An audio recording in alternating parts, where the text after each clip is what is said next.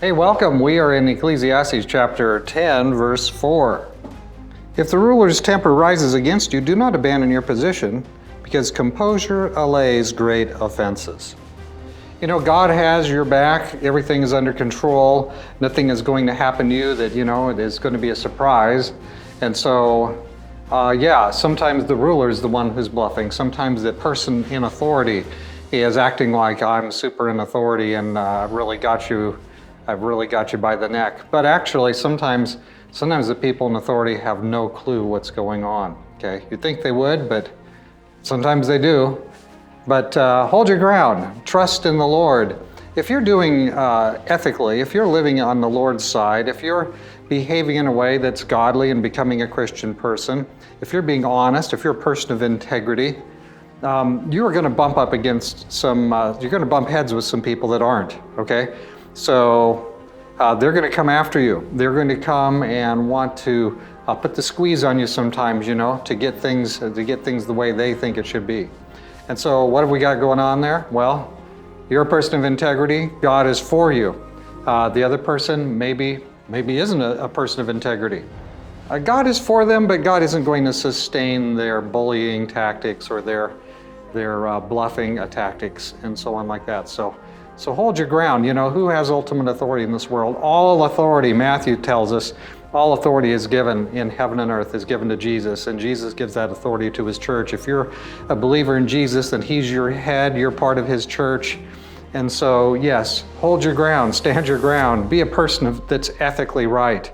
Be careful too, because sometimes there's rules that are put up, rules about that are made that are kind of localized. They seem like you should be doing them because the agency you're working for, the company you're working for, has those rules. But sometimes those rules are unethical, or they're rules that they get misused. So you be a person of integrity, and that means that God's law is supreme to any other thing.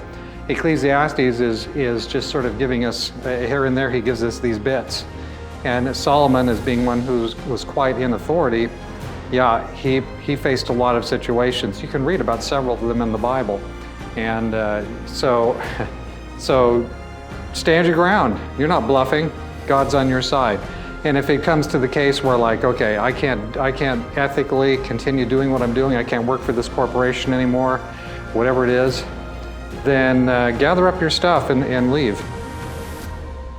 Find how God is leading you and make sure you're true to God's leading. You'll be all right. You'll be all right. Take a deep breath. God will give you help, and God will be on your side. Ecclesiastes, he kind of knew. There were many times he knew what was going on, and there were many times that he was really out at sea. But of course, he was the king, so he looked very composed. You just be composed in Christ.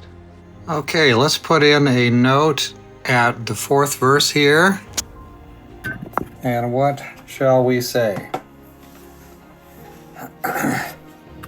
Keep your composure. God is with you. Of course, I'm assuming you're dealing with integrity. You're living your life with integrity. You're doing things God's way. But keep your composure. Don't be blown over by these people who are in authority. Sometimes they're pretty intense. They know what's going on. Sometimes they don't know at all. Just trust in the Lord, take a deep breath, and do the right thing. Be wise. And let God be your helper. Let God be your leader. And God will use you. All right, so tomorrow we're going to look at Ecclesiastes chapter 10, verses 5, 6, and 7.